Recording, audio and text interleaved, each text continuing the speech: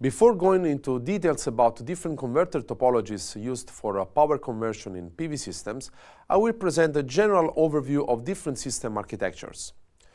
The architecture determines how PV modules are interconnected and how the interface with the grid is established. Which of these system architectures will be employed in a particular PV plant depends on many factors, such as the environment of the plant, whether the plant is situated in an urban environment or in an open area, scalability, costs, etc. In this video, we will discuss different architectures, focusing on the main advantages and the disadvantages. Let's start with the simplest architecture employed in PV systems, the central inverters installation.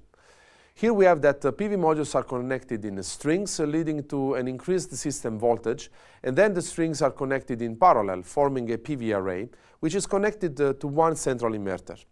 This configuration is mostly employed in very large-scale PV power plants, where the central inverter performs maximum power point tracking and converts the DC electric power into tri-phase AC power.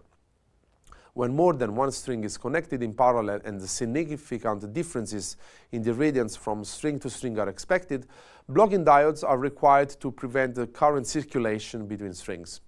Concerning the inverter, two main topologies are generally used, either a single DC to tri-phase converter or three separate single-phase inverters working synchronously with a phase difference of 120 degrees each.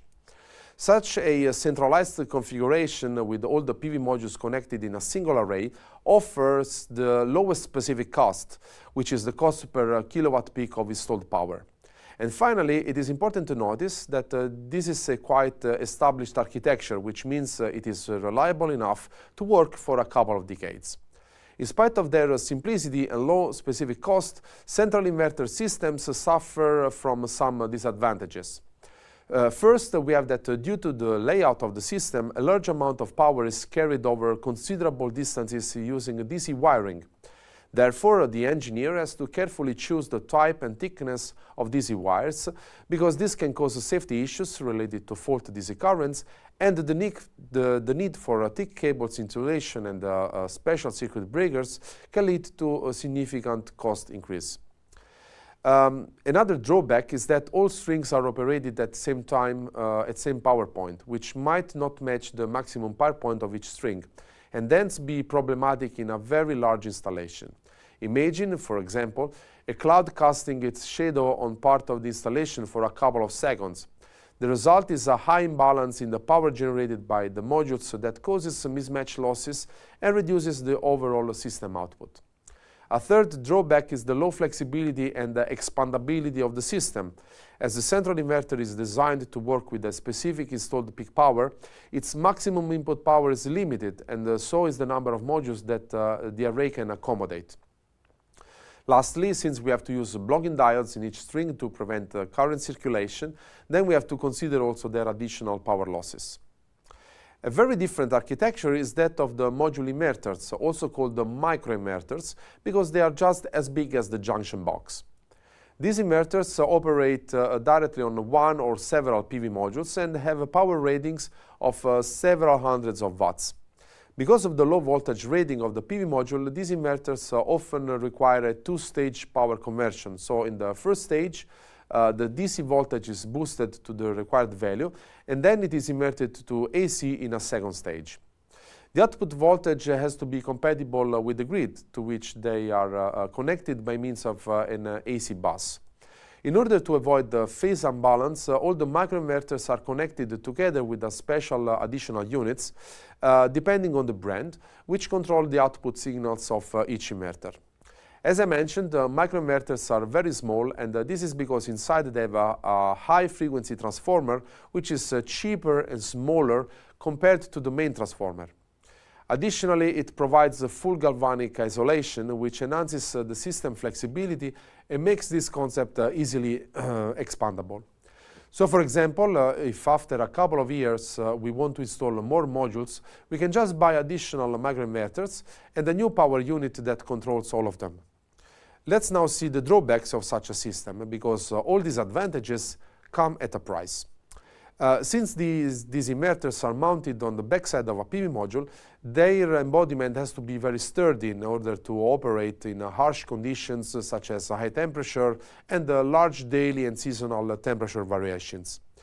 Again, special attention should be put on safety issues related to cabling to avoid that animals bite the cables, resulting in conduction failures.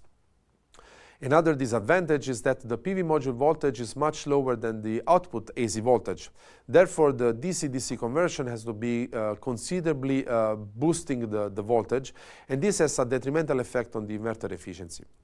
Also, if you have a very large number of modules, then it is no longer economically interesting because the specific costs are the highest of all the inverter topologies. Similarly to the previous case, the topology based on the power optimizers relies on operations at single module level. It is especially flexible for roofs in urban environment and expandable to a certain extent. Power output is optimized by offering MPPT at the module level, and installation is simplified because of the DC bus topology. Passing to the drawbacks, also this topology needs a sturdy embodiment for the power optimizers to be mounted and operated safely at the back of each module. In addition, newer bifacial modules which promise higher current levels may not be supported by current technology.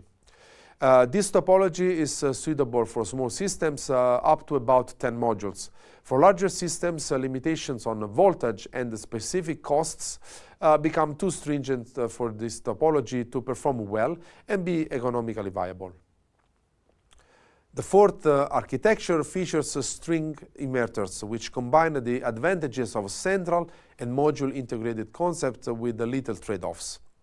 So here modules are connected in series to form a string, like the central inverter concept, with a power rating of up to 5 to 6 kilowatt peak in one-phase configurations, and the open circuit voltage are up to 1 kilovolt, which already exposes one advantages of this topology, since high DC voltages require special consideration, as in case of the central inverter architecture. Here this issue is even more important because string inverters are usually being installed in households or in office buildings without a designated support structures or increased safety requirements. The protection of the system also requires a special consideration with emphasis on proper DC cabling. Another important characteristic is that each string has its own MPP tracker. Then each string can independently operate as its maximum power point. Thus, partial shading and hotspots will occur only on modules within the string. Also, because no strings are connected in parallel, there is no need for blocking diodes, as in the case of a central inverter, and as a consequence, the losses associated with these diodes are eliminated. The multi-string inverters architecture is a hybrid between central and string inverters. Here, an optimizer box is attached to every string, and it contains an MPP tracker and a DC-DC converter. The DC to AC conversion instead is shifted to a power electronic unit just next to the grid. So all the string optimizer boxes are connected in parallel to each other and then to the central inverter. It is important to note that if the DC input voltage of the central inverter is outside the specific input range, then current is altered such that the voltage falls within the acceptable range again.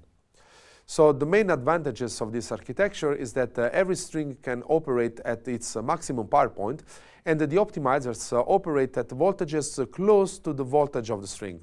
Hence, the DC-DC conversion is very efficient, and the optimizers consume very little power.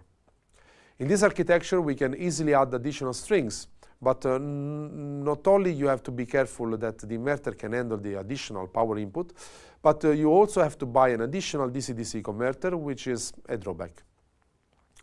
Finally, based on the string concept, we have the team inverters configuration suitable for places with the variable meteorological conditions.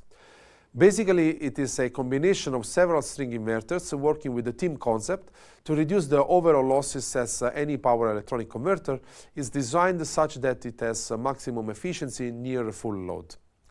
The concept of team inverter is that each string is connected to a bus that is activated or not, depending on the amount of power that the PV modules are generating. So at very low irradiation, the complete PV array is connected to a single inverter, while with the increasing solar irradiation, more inverters are being connected, dividing the PV array into smaller units until every string inverter operates close to its rated power. In this mode, every string operates independently with its own maximum power point tracker. Of course, with this master-slave fashion, we need to have an additional intelligent circuit that basically makes a round robin in the usage of all these inverters in order to not always use the same one. To sum up, in this video we have seen 6 main installation concepts for solar inverters. The first and the easiest architecture is the central inverter, which connects in parallel different strings directly to one single tri-phase inverter. The second type features module inverters. Here some microinverters are directly connected to one or a few PV panels. As we have seen, this design makes the system more flexible and easier to expand. On the other hand, the cost can become prohibitive if there is a high number of modules. Similar considerations hold for the topology based on power optimizers. Next, we had a look at a system concept which utilizes string inverters. In this case, each string of panels in series is connected to one single inverter, and then several inverters are connected in parallel between them. The fifth architecture is the multi-string inverter one.